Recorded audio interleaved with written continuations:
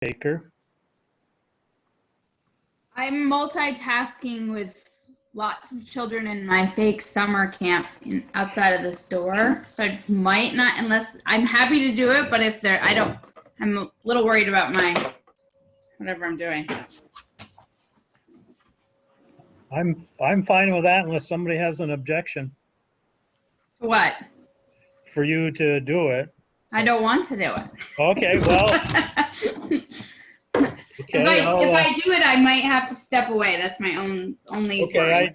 I didn't quite get all that. I thought you were volunteering, so I can do it for today, I guess. So do we have anybody in the public arena? There is, I think, just one. Sally Burrell is on. With your permission, Kevin, I'll allow her to talk in case she has a public comment. Yes. All right, Sally, you have permission to talk if you have a public comment to make. Okay, thank you. I'm just weighing in today. I haven't really been keeping up, but I'm aware that there are, the forum that happened, the number of forums that happened back in 2018 were pretty exciting, and a lot of positive things were coming out. And I just wanted to make sure that somehow we make sure that some of those great ideas and some of that energy and even some of those people maybe will have some sort of a chance to weigh in. I don't really know how that would work, but I'm thinking of in one area was about creating a new school building. Something like that was a big thing that was mentioned. And another thing was putting a school community, like a community center and school together. And we haven't really talked about that much with the scenarios, but I hate to see those just lost, because I think there's something about them is really enticing and exciting and involves all 5 communities, all 5 towns, and would be something that we could work together on and build together on and be excited about. Whereas other parts of the scenarios are possibly divisive if elementary schools are getting dropped off or something like that. So I just wanted to bring that thought up as something to maybe reach back and have a discussion sometime about some of those ideas that were so fired up and exciting that people were on board with, just because there was some of those ideas. I hate to see them get lost, but I don't know how that would work, So I just wanted to say that, just put it out there. Okay, thank you. Yeah, sure. Thanks for listening. The next item is an action. We've got a couple minutes from meetings to approve. What's the pleasure of the group? Motion to approve. Just Josh. Second. Sarah. Okay, any discussion? If not, let's vote. If you're in favor, just say aye or raise your hand. I'm raising my hand. Okay. Any opposed? Okay, carries.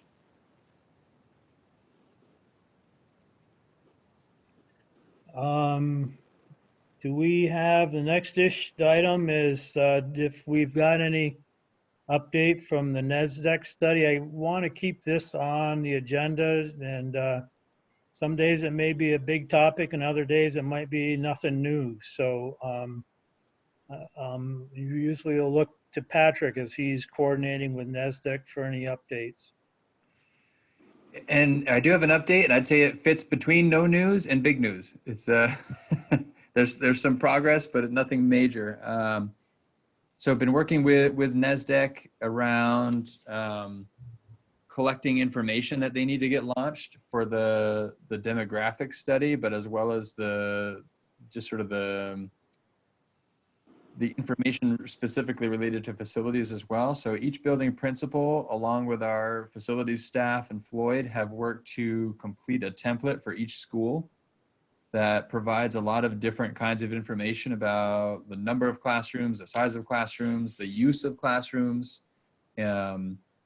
historical enrollment in terms of like what each school's enrollment was October 1 of last year. They're collecting information on our policy around class size, that kind of information to inform their study.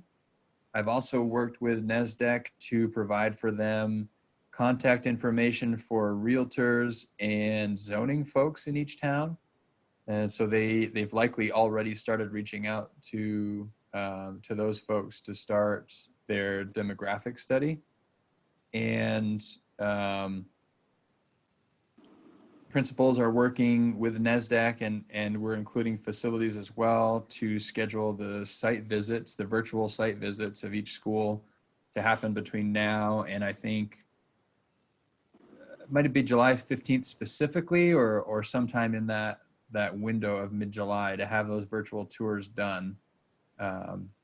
And all of this is set up to be able to get them to a place where they can complete, it'll be a full draft of their report by August 1. They'll have to update that report following October 1. So when we have our October 1 enrollment for the coming school year, they're going to want to update it to have more current information. In the event they can physically get into a building in the fall, they may still want to be able to do that as part of their update as well. But they'll at least have a draft report for us by August 1, which is far more timely and useful for conversations with the board, planning with the community, and even budget planning. And it'll then be updated for that November window following the October 1 date. So a lot of the behind the scenes stuff is happening right now, but not a lot in terms of being able to report out. Thank you. Anybody have any questions or comments? No.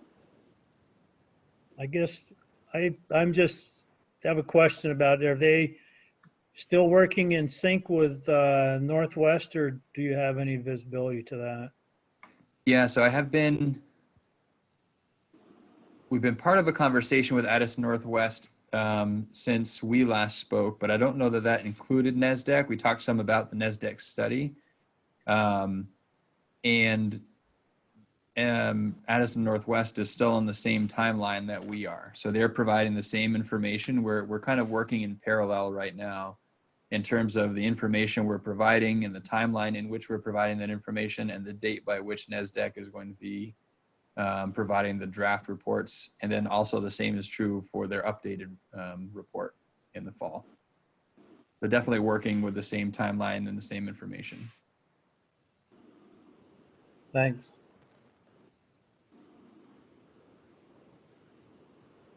Patrick, what was the original time frame like from our last meeting? Was that The original time frame was early to mid-November before they had a draft for us. And so because we offered to get them the information they were looking for sooner and forego the in-person visits and whatnot, they're able to move their timeline up, at least for a draft, to a timeline that's much better. And so we can then have, albeit a draft, we can have a draft report that we can be looking at with the board at the retreat when we have some time dedicated to it. And we can be really thoughtful about what do we learn from that in terms of what, when, and how do we bring back before the community to keep the community, really closely engaged in this work as it continues to evolve. So it's, again, although a draft, it's going to give us something much more useful at the right time. If it didn't come until mid-November, that's a really tight timeline with everything that's going to be happening between mid-November and mid-January. So the only cost to it was just the in-person visits in some cases, and just needing to weren't going to be realistic anyway. Right. Yeah, it's going to basically, their draft is going to be based on dated information because it'll be based on last year's October 1 count and not having physically seen the buildings. If they get a chance to physically see and they get a new October 1 count, they'll update it. But I don't think conceptually, I don't think our October 1 count in this coming fall is going to differ so dramatically from our past October 1 or from our projections that we're going to be talking about significant change from what the draft study is. It's going to be relatively minor in terms of the conceptual approach to how we respond to the information they provide. Are you worried about enrollment loss due to, I don't know, COVID, like in general, like people pulling out? Okay, that's so in some ways be better to work with the old numbers. Okay. Yeah, that's definitely something that I'm concerned about. I think in general, all of the concerns we had going forward are now exacerbated by complications from COVID. Yeah. Enrollment, funding, which is tied to enrollment as well, but beyond that, it's and honestly, it's going to tax our system. Like we're going to be asking our system to do more, in particular as we try to somehow welcome students back and accommodate families that are not comfortable having their kids come back yet. Because I think, I don't think we're in a good position to say, no, we're only offering in-person instruction. And if you don't want that, you can home study your kids. I don't think we want to do that because families who can do that would, and we lose those students as enrolled students, which only further exacerbates our enrollment problem. I think even though it's going to be hard on our system, we have to figure out a way to accommodate the families that are not comfortable, at least out of the gate, with sending their kids back. There's probably going to come a point at which, you know, when there's a vaccine and things are kind of coming back to whatever the new normal is going to be, that we're going to have to say, all right, we can no longer sustain this, and parents will have to make a choice. But I don't think that's a choice that we want to force if we can avoid it. I'm a little confused. So when you talk about students not coming back to the classroom and loss of revenue because they're not being considered pupils, but so there won't be any sort of support outside of the school, I guess, that would make it such that these students would still be part of the enrollment or the school's activities?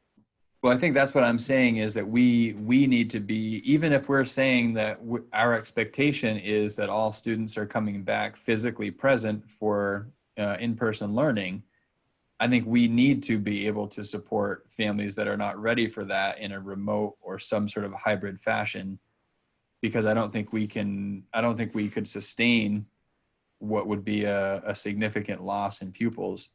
Because if a student stays enrolled and we are supporting them remotely, it's likely, we're waiting for clarity on this, but it's likely they would still count as an enrolled student that, you know, counts toward our equalized pupil number. If a family chooses to home study, enroll their child in a home study program, they're unenrolled and they are no longer in our October count, and that impacts our equalized pupil number. So my point is we want to work with families to help their kids be successful, even if they're not physically present when most kids are, at least for as long as we can. I recognize that's going to be a big ask of our system. And additionally, should a child need to be quarantined for whatever reason, we want to be able to help them, if they're able, to access their learning from home and not unenroll, re-enroll, or in any way penalize them from a truancy standpoint because of the guidelines of needing to be quarantined. Yeah. And the reality is, despite our efforts to work with families to do whatever we can to help their children be successful and stay enrolled, there are going to be, I have no doubt, families that that have the means and are going to exercise those means to keep their kids home and home study. And that's going to be real. I do think we're going to want to somehow, as we get closer and as we're starting to share more details about what the fall is going to look like, it's probably a wise thing to ask families, say, this is what it's going to look like. Given this, do you anticipate wanting to keep your child enrolled and work with the school district to provide some remote learning? Or do you anticipate enrolling your child in a home study program in the fall? Those are going to be that's really important information for us to have as we try to kind of get zeroed in on the start of the school and what the expectations are going to be. I don't know how accurate the information will be, but to try and get the best information we can to start the school year, I think is going to be a wise approach. I only brought it up because I hadn't overly thought about it, but I was with somebody that I peripherally know in a neighboring district, and that person said, no, they're just going to keep their 4 kids home and do their own homeschool thing this year. And I was like, oh my gosh, that's just for the year, because they just don't think it's going to get back to wherever in the year. And I thought, I hadn't really anticipated there would be that many of those. And well, so case in point, that one family with 4 kids staying home, that's $80,000 lost revenue.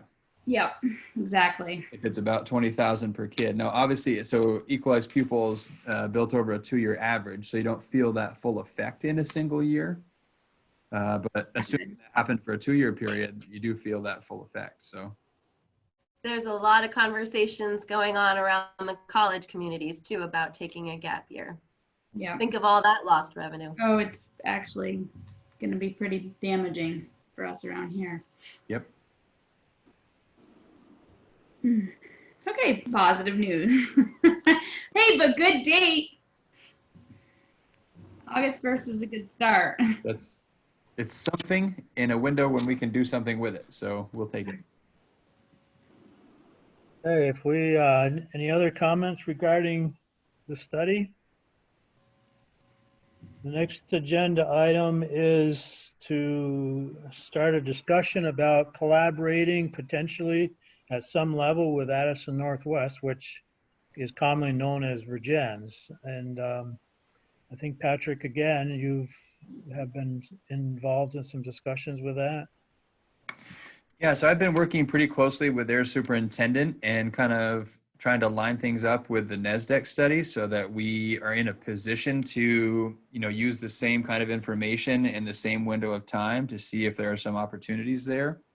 And this is all born out of our fall conversations where there's some interest expressed in looking at really continuing the partnership. We have partnered with Addison Northwest in different ways for years now through collaboratives around sports and food service. And I think that relationship that we've built over the past several years is part of what fed into the conversations this fall about possibly partnering even more so with Addison Northwest. And there's a whole host of different ideas about what that could look like. Anything from, looking at our under-enrolled classes at high school levels to see if there's a way to partner there to create some efficiencies while maintaining a breadth of offerings, all the way up to a full-on merger of the 2 districts, creating a new unified school district. So, and obviously there's a lot of possibilities in between in there.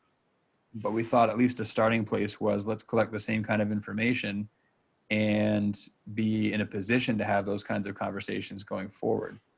Taking that to a little bit of another level, in addition to working closely with their superintendent, Dawn and I have met a couple of times with their board chair and superintendent, just talking about, just sort of thinking through procedurally, like who, when, and how do we need to kind of loop into this, and what steps might there be. And in addition to that, Kevin, Krista, Dawn, and I have been meeting with Sue and talking about some possibilities there, because what's interesting, not only do we have this study that's happening, but the structures that exist for having these conversations and making some of these decisions and engaging the community parallel one another. So for example, they have a sort of facilities committee like this one that is an operation that maybe there's some potential relationship between this group and their group. They also have a community engagement group that maybe our community engagement committee can be talking more with. Obviously, they have a school board and a lot of similar structures there. So trying to be somewhat intentional about not only collaborating at the end when we have this information, but thinking about what sort of mutual benefit might there be as we work through the process together leading up to various events that might come up in the fall. And I think that was part of the idea today, was what might this group see as a benefit of working with, say, the Addison Northwest's version of the facilities team as we're contemplating the study and the information that comes about from the study, et cetera. So there, I guess the idea is there's a lot of possibility for collaboration along the way from pretty much any point from this point forward.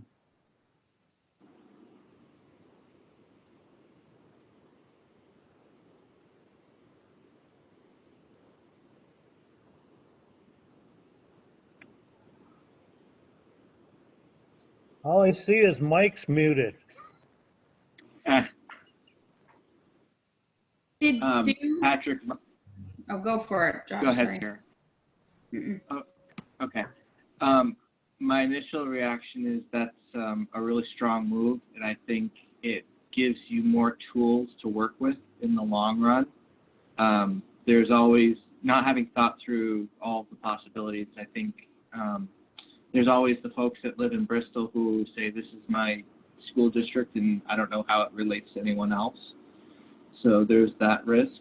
But I think opening the gate as so the two teams could at least look at each other and look at the different methods and possible collaborations. I think that's really smart. And I'm all for it.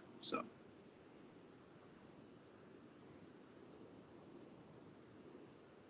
Sarah? Well, I forgot what I was gonna say, so I'm gonna have to think about it for 5 seconds.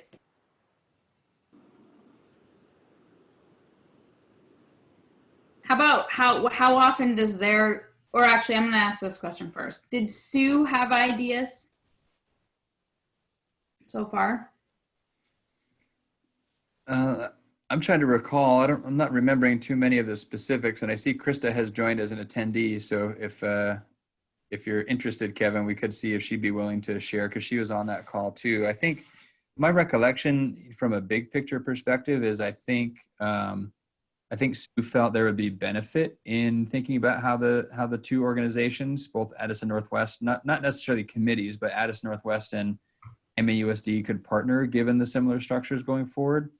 But I don't think we talked in great detail about the ways in which they could, although we did, I think, talk a little bit about the potential for Sue to help facilitate some of that work. And I seem to recall there was some interest in that. And certainly Kevin, let me know if I'm making all of that up, but that seems to be what I recalled.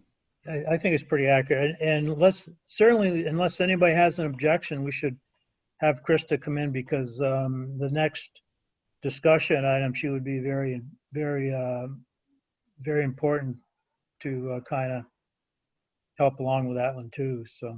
Okay, I'll promote Krista to panelist so that she can participate fully then, if that's all right with you. Do you see a benefit to meeting before or after the study? I think that's the question, right? So I think for me, and Kevin and I have spoken very briefly about this, but I think if this group could identify what might it want to get out of a relationship with the comparable Addison Northwest group, that might drive whether the two groups need to meet before or after the study, or both.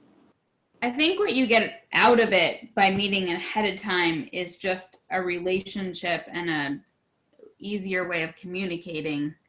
And so even if it was just for the purpose of faces and names and, you know, what we're doing, what the process is, and a short thing, I think it would be helpful. But that's I don't. Sarah, you took my words. Other ideas out I there. agree completely. I'd like to understand the scope of what they're looking at. I mean, I understand what we're looking at pretty well. And maybe having a discussion of what they're looking at would help get the juices flowing in terms of the synergies that are possible.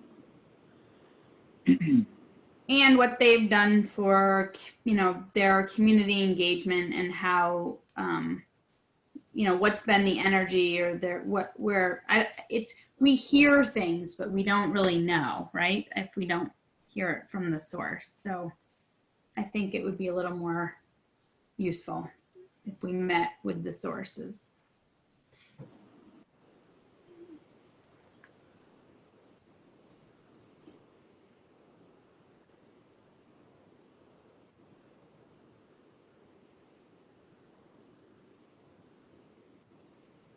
Anybody else? Patrick, did you have any concerns about opening I mean, obviously it sounds like you're a proponent of this idea since you brought it to the table, but did you have any concerns that you may want to consider specifically? I don't have any real concerns, no. Obviously, just want to make sure we're clear in what we want to achieve so that we can be, efficient with everyone's time and respect everyone's time. But I think the more that the more we have opportunities to talk, I think the more we're going to fully understand the possibilities going forward. Because we are in such a remarkably similar position as two school districts.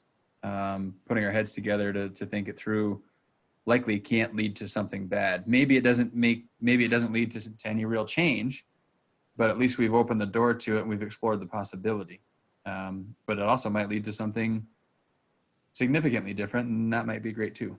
So yeah, I'm a proponent of putting heads together.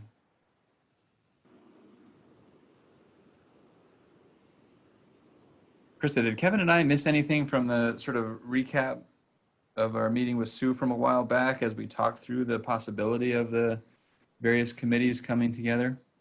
Can you hear me okay? A little bit faint, but okay. How about now? That's better. Okay.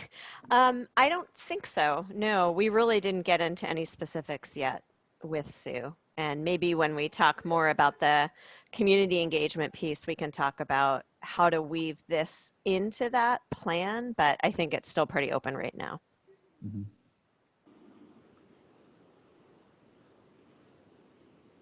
More thoughts?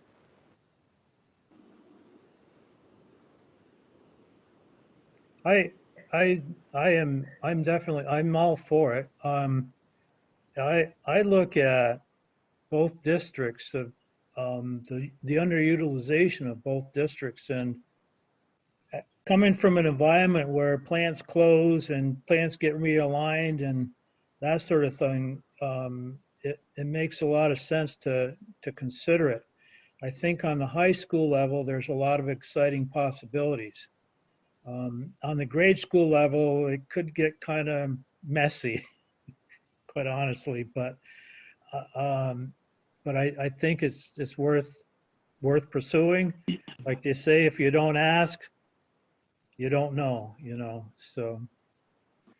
I do think one important piece of information to make sure everyone has going into this, that's a critical difference and will have an impact and probably complicate things, is their district, as of July 1st, their board has the authority to close a building. Our board never has that authority unless there's a vote to change the articles of agreement.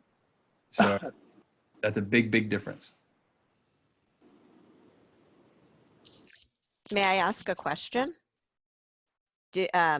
Middlebury's already made some statements that make it clear they're going to be closing buildings. Have you heard that Addison Northwest is going to be exercising that option as well in the short term? No, well, in a way, so they've already repurposed one of their buildings, the Addison Central School. So in some ways, you could argue they've done something similar already. I do think for sure they're in conversations about how many schools can they operate, just as we are. So I don't know. My sense is that the repurposing of Addison Northwest or of Addison Central School did not solve their economic challenges, that they're going to have to continue to explore further big decisions. Whether that means for sure closing other schools or not, I don't know. I would suspect so because, again, there's even with the repurposing of Addison Central School, they're in a similar position that we are with the underutilization of facilities, which means there's overhead cost. But I can't recall a specific, any specifics in terms of, what those decisions are going to be for them. Maybe similar to us in that they have a few scenarios they're working through, but no clarity in terms of what decision that's going to lead to, just some possibilities to explore. Patrick, did you have any with Addison Central, forethoughts about what happened? Sorry, go ahead, Patrick. Josh. I interrupted. Go ahead. I was just going to say, I think there are a few things that seemed clear based on the information that came out of Addison Central. One is that it seems clear they're going to have fewer schools. It's a little less clear how many or which ones. It seemed like Mary Hogan was going to stay. That seemed to be true in most of the scenarios, which geographically and from the physical aspects of the building makes sense. But I do think that was fairly bold, and that it was clear they're going to have fewer buildings. And they're in a position to have that authority to be that bold. This board can't ever be that bold to say, for sure, we're going to close buildings, because the board doesn't have the authority to do that. Yeah, so, and I think that's why I raised it, because I think that's a critical difference in that both Addison Northwest and Addison Central can at some point make it clear we are going to be closing schools. And people can begin to wrap their head around that and begin to think about what that might look like. Our board likely won't ever be in that position to be able to be that confident moving forward, because it takes a vote of the electorate to make that happen. But Patrick, you do have the authority to move, like, where students go to school. Is that right? So you can repurpose right. a building. Right. Yes.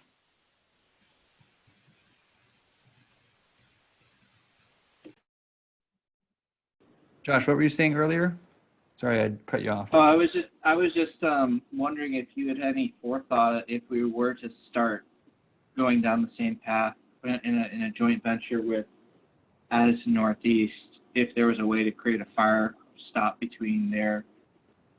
I don't know. I'm just, I would imagine that folks here in Bristol, in the Five-Town area, would hate to have what's happening, a school closure be forced upon them because of something happening in Addison Northeast.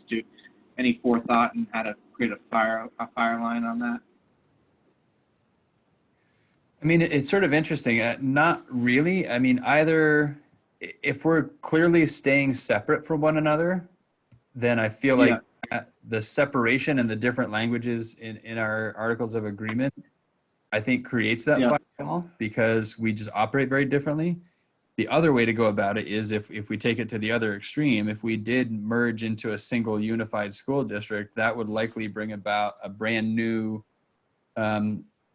sort of document titled the Articles of Agreement, right? So we'd have a new set of these articles that would define how we can operate.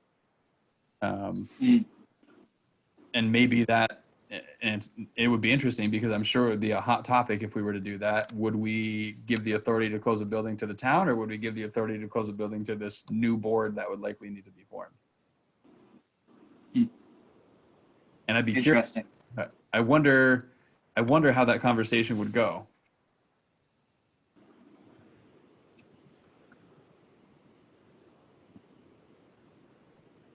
Go ahead, Krista. Yeah, I'm thinking that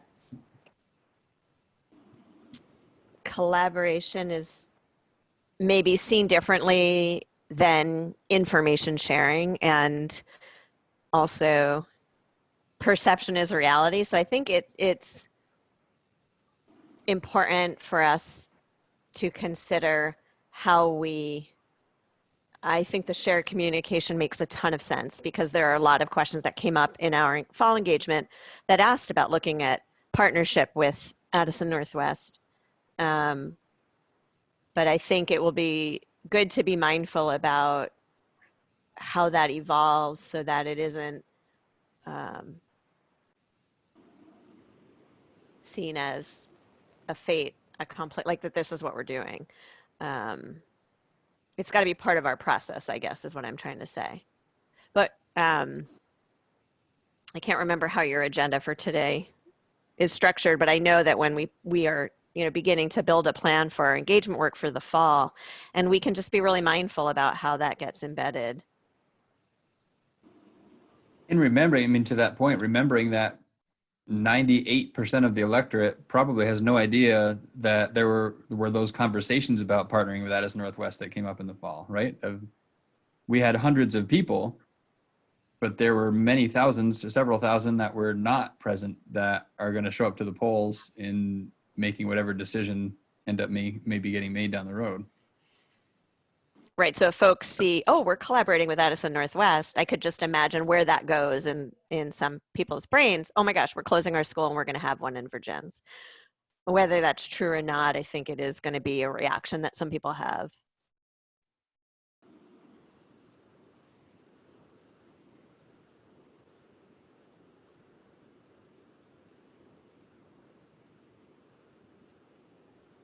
Anything else?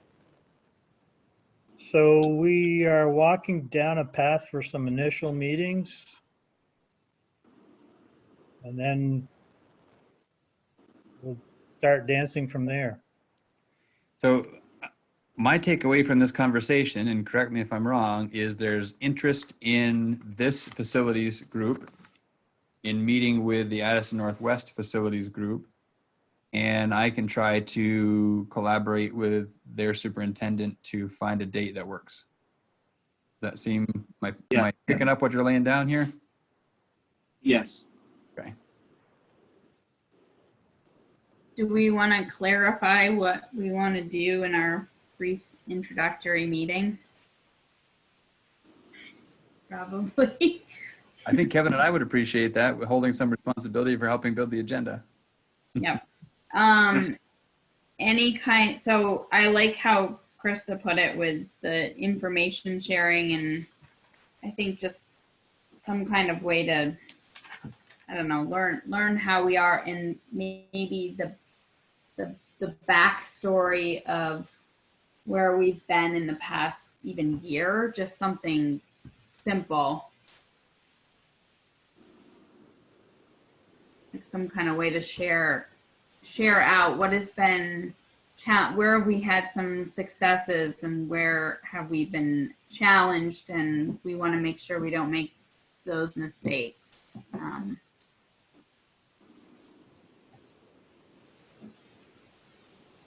Yeah, I think Patrick has set out a pretty well-documented process of first reaching out to the community, then evaluating the facilities and the population, and then eventually returning to the community with some feasible options.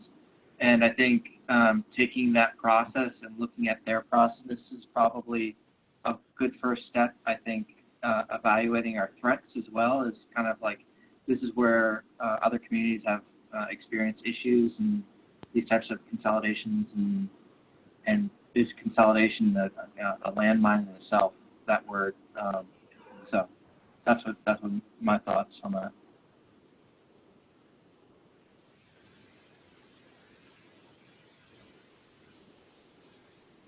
You want to have I'm assuming. Go ahead.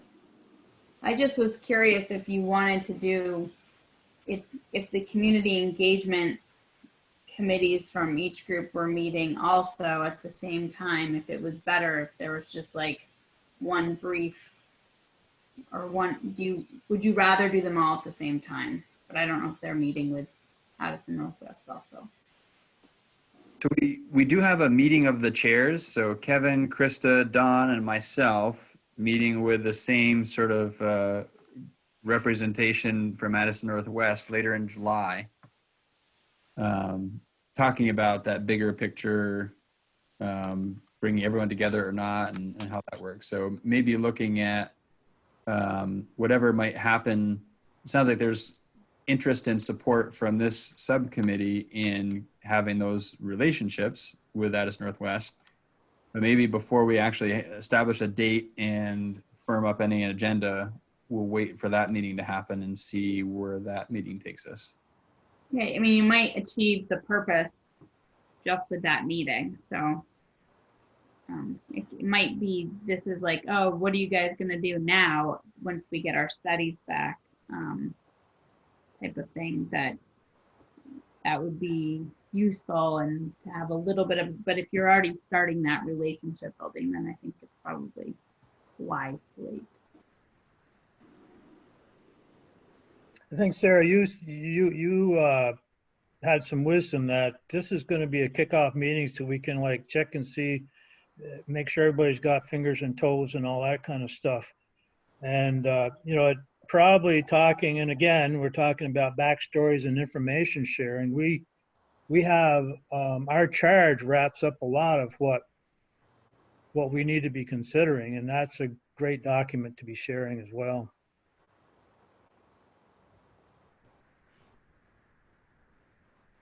So if is there any other discussions, or anybody have any further comments about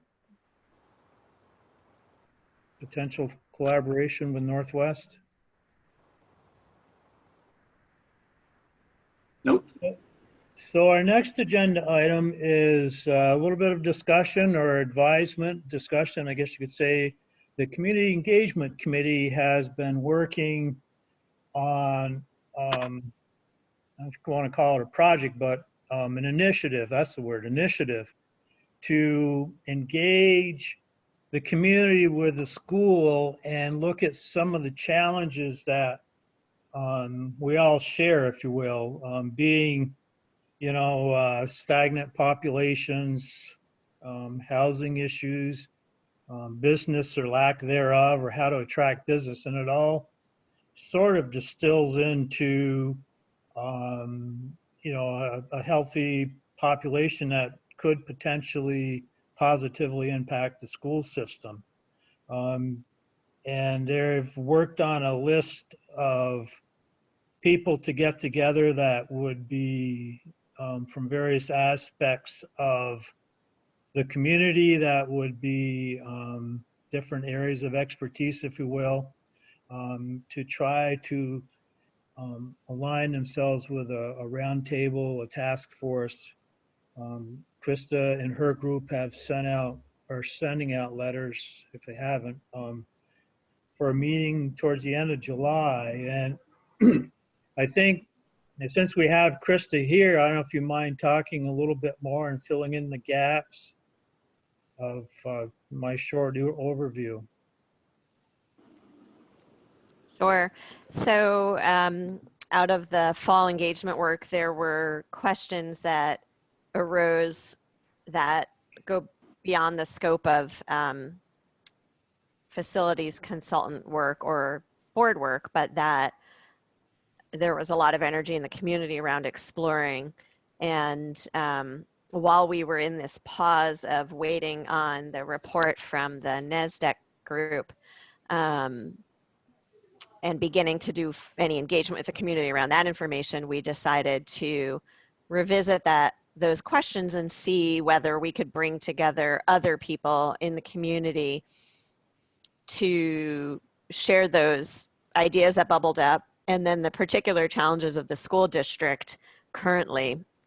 And at our last meeting, Patrick brought up the point, which I don't think I had really registered, but is true, that in the fall engagement work, a lot of the folks we're thinking of reaching out to for this roundtable discussion, they were not necessarily present or engaged. And so they might not even have a clear or current sense of the realities of our situation. But the idea would be to find points of intersection and see if there's any interest in community leaders in looking at long-term, increasing communication and collaboration just in general, but then also, are any of these ideas, advocacy in the legislature, finding ways to draw more people to the 5 towns, public-private partnerships. Do any of them have, is anybody interested in pursuing them more deeply and forming a kind of a task force or maybe several working groups? So we see this as our chance to kind of convene and instigate a group of people, but then see where it goes and step back and let it bubble up and however it's going to bubble up. But recognizing that it's a way for us to go back to those questions that are kind of hard for just the school board to really answer, but that are probably going to come up again as we move forward on any one of these scenarios. And so it seems really important to take some kind of action on looking at them with a bigger group of people. So we've scheduled the date for July 29th. We're actually hoping to do it in person, either outside or in a big space. We're envisioning maybe 30 people initially. And we've got a list of, every town select board members, zoning administrators, real estate agents, folks who know about housing, childcare providers. And the idea is that, we don't necessarily need, for example, every Bristol select board member there, but maybe we ask the chair if they'd like to appoint someone to attend as a representative of their group. So we're finalizing the list and hoping to mostly do personal invitations, but we have a letter that kind of frames the work. And get that done probably by this week. And in the meantime, Sue is helping to create an agenda that we're going to work on together and share with Patrick and Don and Kevin this Thursday, and then bring back to the community engagement group on our call next Tuesday.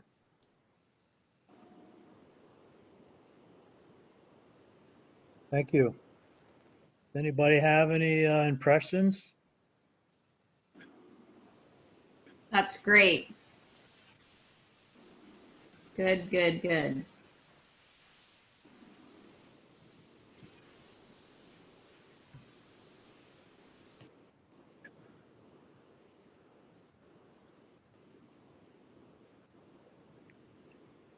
See a lot of mute buttons on here.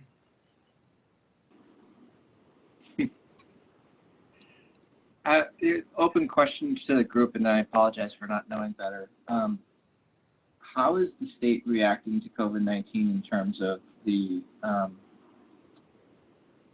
pupil count and the potential that a lot of our schools are going to be seeing similar issues with enrollment in 2020 and possibly on?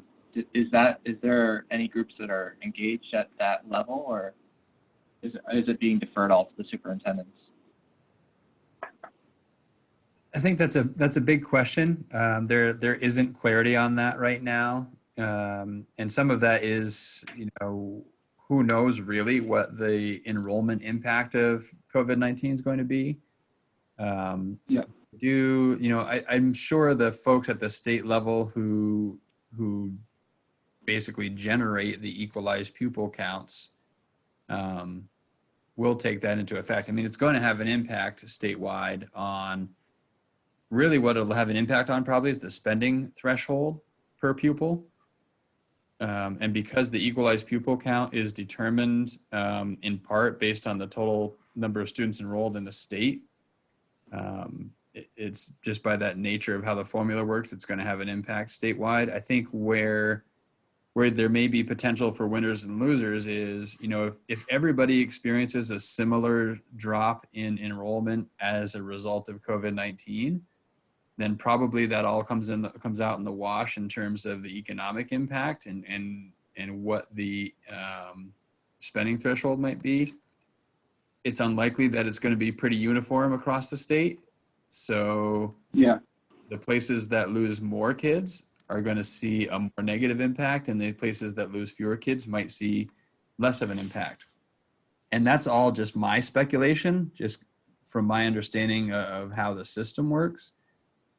When we have more real information and the folks at the state are actually looking at real numbers, they are the ones that are going to have to sort of reconcile the impact of COVID and what that means for school districts. Because on top of all of that, we have to reconcile this expense out of the ed fund as well, So there's a great deal of financial uncertainty as a result of COVID, all being on top of the financial uncertainty we had prior to COVID. Yeah, and Chris, I apologize. I did derail your thing a little bit. So I do remember we discussed that a little bit in kind of the global aspect of child care, or the funding of schools. So is it inappropriate to ask for a line item in our agenda just to touch on this from a state level, even if there's no news? So we can at least mention it, because it may inform our conversation on a week-to-week or a monthly basis. So can you clarify, Josh, what agenda you want a line item on? Would it, Just a line item, just to see if there's anything from the state that updates how they're evaluating pupil counts. so it'd be for this, And yeah, I don't know if it's I don't know if it's beyond what we're looking at as a group. so I'm sorry, it would be, you're talking about this subcommittee, not another group. Correct. And feel free to tell me that that's kind of beyond our mandate. I feel like it's related for sure. You know, it has an impact on our affordability, numbers of students, et cetera. I think timing becomes the tricky part. I'm not sure we'll see, we often don't get equalized pupil information until mid-December, sometimes much later than that.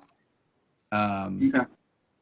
So it would be a while before I would expect to see anything concrete coming out of the state in terms of how they're going to reconcile the impact COVID-19 has on enrollment. We may see some things sooner in terms of replenishing the ed fund, but probably not on equalized pupil. Boyd? I certainly can reach out to our contacts through the state that drive the equalized pupil just to get a flavor of what they're thinking. Are they starting to form some sort of an opinion on it? And I could report anything from that back, knowing that in all likelihood, between now and December, anything we get for info in the short term is probably partial at best. But it would be not a difficult ask for me. Krista?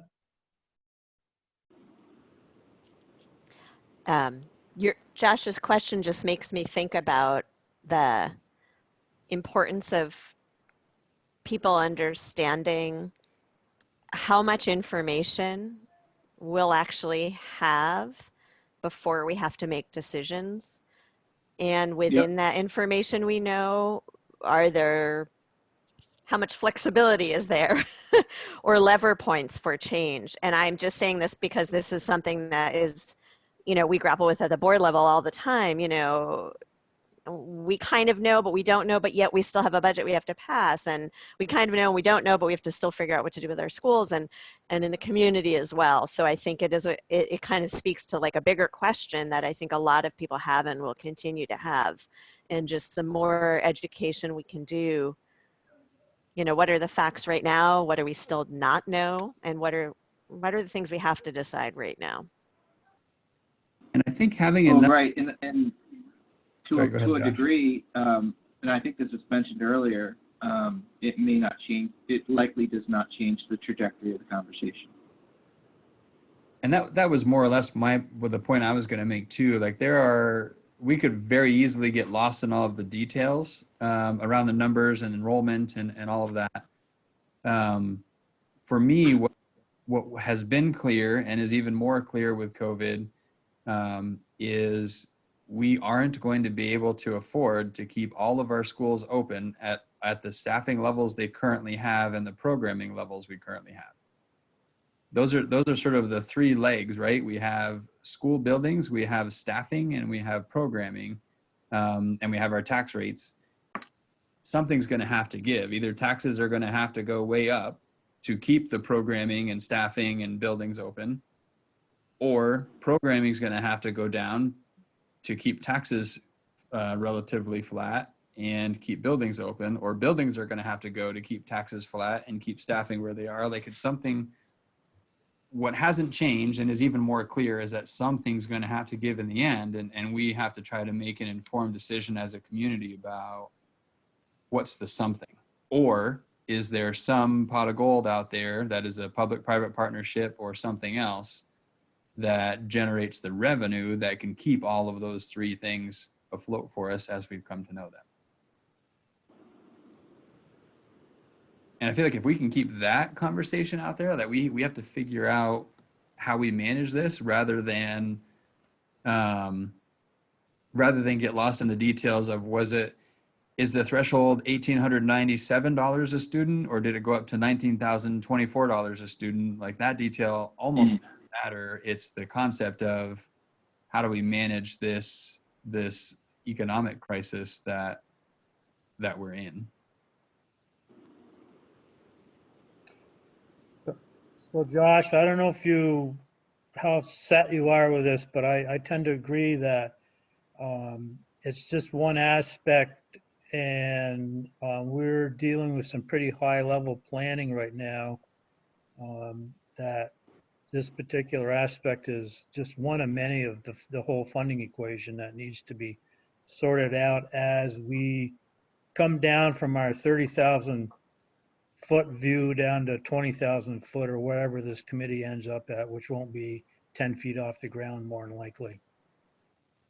No, I agree. I guess what I was imagining is maybe this year becomes a wash in terms of some of those benchmarks from the state level, and they get some reprieve, recognizing that things are going completely askew. But again, it doesn't change the trajectory of the conversation. So I agree with you, Kevin and Patrick. That's fine. Yeah, for our realities, some school districts, their primary economic impact that they're paying attention to is anything that comes about from COVID specifically. If all of the economic hardships of COVID were washed away somehow by some mechanism at the state, whether it's the equalized pupil count or it's the amount we can spend per equalized pupil, that pretty much only resets us back to the economic hardship we were anticipating before COVID, which we still have to, wrestle with and figure out what to do. So I think we're not unique by any means, but not all districts are looking at the declining enrollment that we are, with or without the hardships from COVID-19. Many are, but not all. So do we have any other comments or questions about the efforts of the communication group and their school community engagement efforts? Can we go on, or are we closing that item?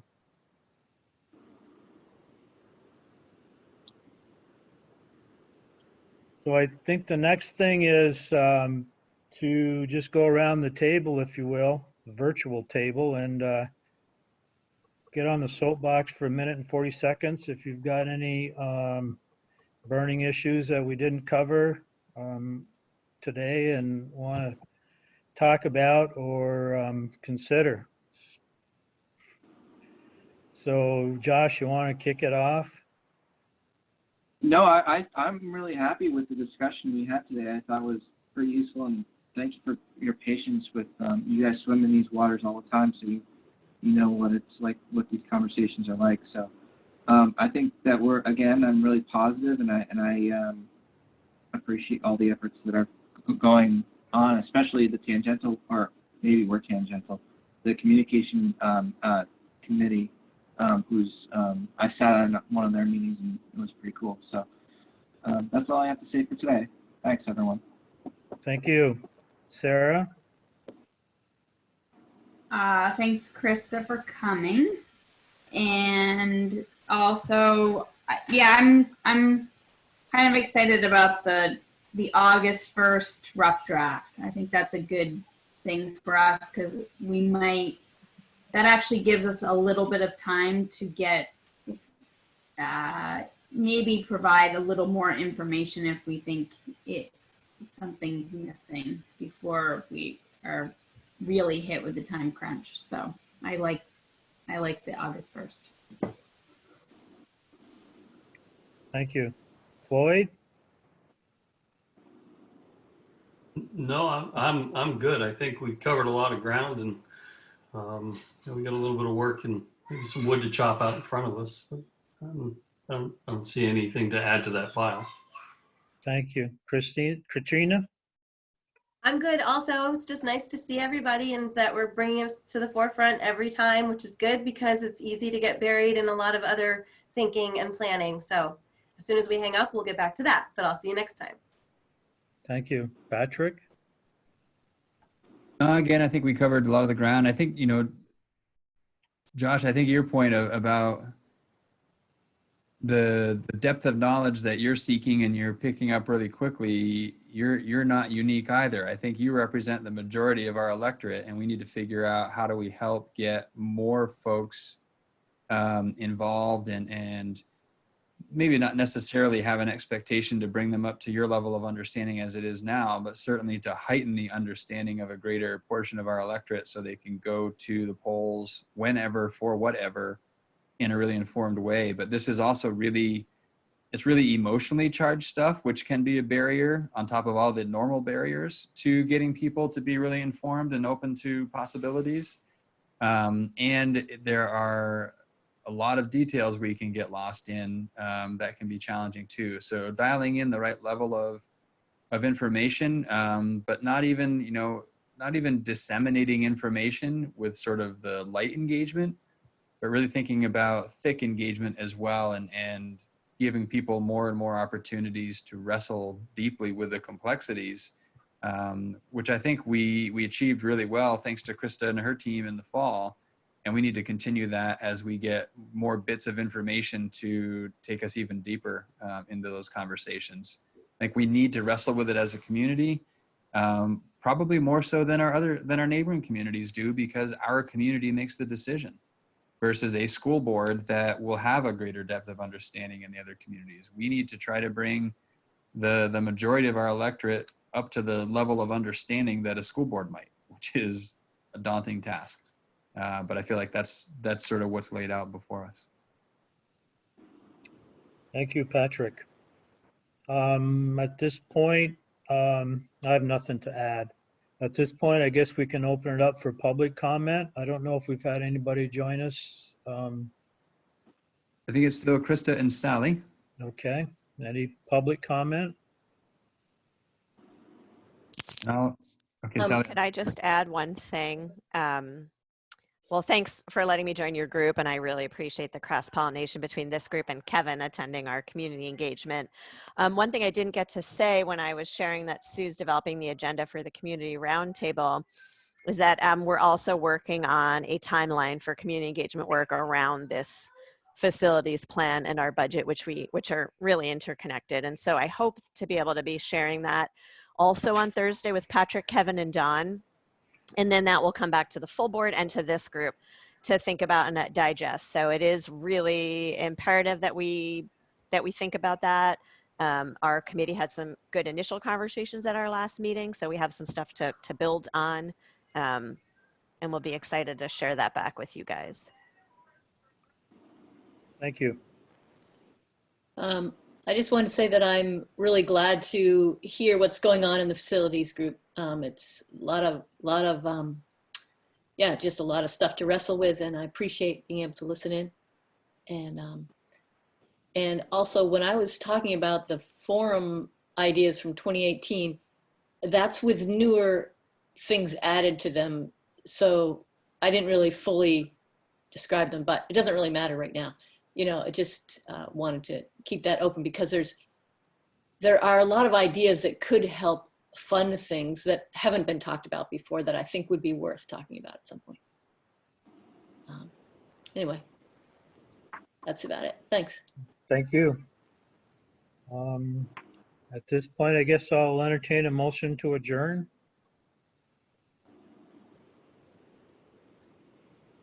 Motion to adjourn. This is Josh. Second, Sarah.